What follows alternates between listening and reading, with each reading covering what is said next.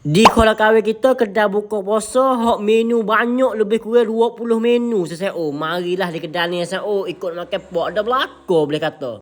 Assalamualaikum saya. Hari ni kita duduk di satu kedai untuk nak buka puasa ada belako lah kata dah. Apa ni lak nasi. Lepas tu manis-manis pun ada juga asal. Jadi kedai ni kalau kita nak tengok nak tahu kata kedai dia belum di price ni kalau kawin kita asal dah. Ataupun tengok pai ni besar kata ni. Pai gol ni je molek asal dah.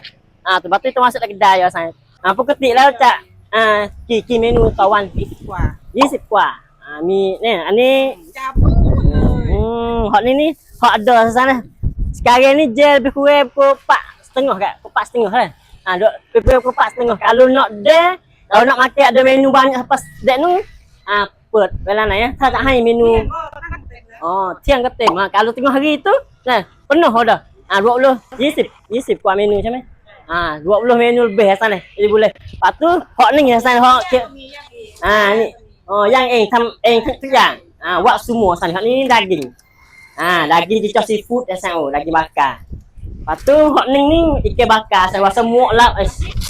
Rasa muak lauk dah. Hok ni namprik. Ni. Saya nampak tu. Sini ada sana. Sini ada. Lepas tu lagi ni ikan tukar. Hok kita berakhir sana. Ikan tukar ni. Ikan tukar dicor seafood sana ni. Mari tu makan dah. Tu klik dah kan sana. Lepas tu hok manis.